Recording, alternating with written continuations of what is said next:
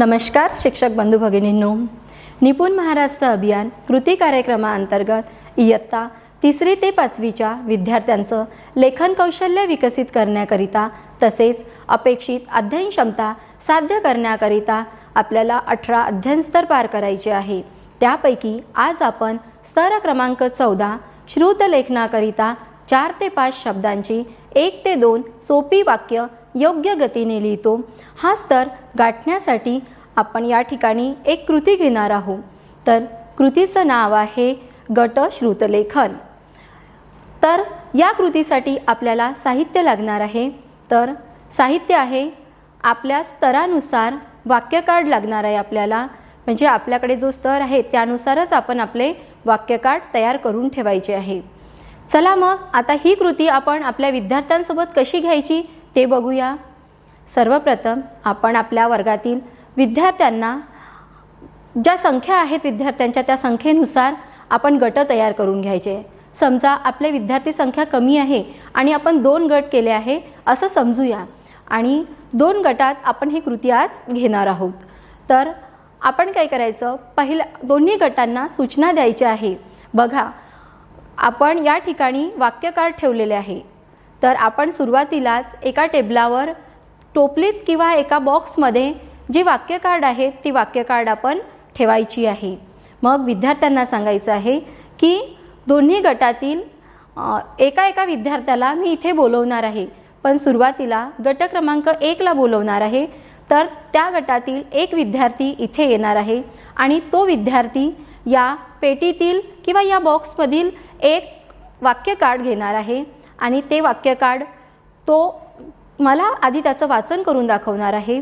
नंतर तो वाक्य कार्ड घेऊन तो दुसऱ्या गटाकडे जाणार आहे आणि दुसऱ्या गटातील विद्यार्थ्यांना तो स्पष्ट आवाजात ते वाक्य वाचून दाखवणार आहे। पण वाक्य कार्ड वाचताना त्यांनी कोणतीही घाई करू नये ह्या सूचना शिक्षकांनी द्यायच्या आहे किंवा आपण त्या सूचना त्यांना देणार आहोत। मग एका विद्यार्थ्याला बोलवायचं, त्याला एक कार्ड घ्यायला लावायचं आणि तो कार्ड घेऊन त्याला दुसऱ्या गटाकडे जायला लावायचं। जर त्याच्या कार्डवर बघा वाक्य आलेलं आहे की आज माझा वाढदिवस आहे आणि आईने माझ्यासाठी चॉकलेट केक आणलेला आहे। वाक्य कोणतं आहे, तर वाक्य 2 वाक्यच आहे फक्त त्याच्यामध्ये। पहिलं आहे की आज माझा वाढदिवस आहे आणि दुसरं वाक्य आहे आईने चॉकलेट केक आणला आहे। मग हे वाक्यांचं वाचन करायसाठी त्या विद्यार्थ्याला दुसऱ्या गटाकडे पाठवायचं आहे। तो दुसऱ्या गटाला सांगताना शांत आणि स्पष्ट आवाजात सांगेल याची विद्यार्थ्यांनी शिक्षकांनी खबरदारी घ्यायची आहे। तसं विद्यार्थ्याला सांगायचं आहे। त्यांचं लिहून झाल्यानंतर ज्या गटाचं लिहून झालं त्या गटातील एका विद्यार्थ्याला पुन्हा आपण समोर बोलवायचं। समोर बोलवल्यानंतर त्याला त्या बॉक्समधील दुसरं वाक्य कार्ड काढायला सांगायचं।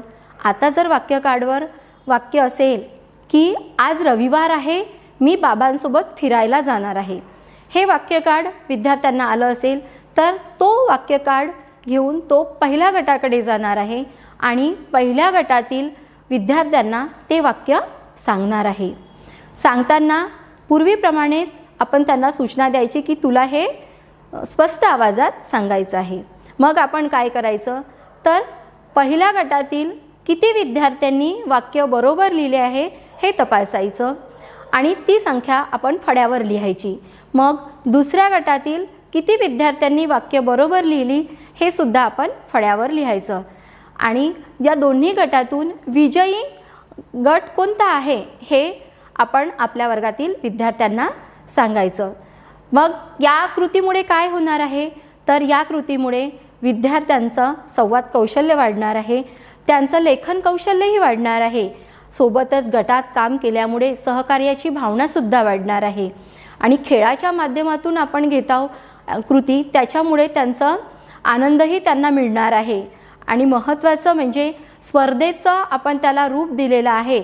एक विद्यार्थ्यांमध्ये चुरससुद्धा निर्माण होणार आहे। मग चला शिक्षक मित्रांनो, आपणही आपल्या वर्गात ही कृती घेऊया। धन्यवाद।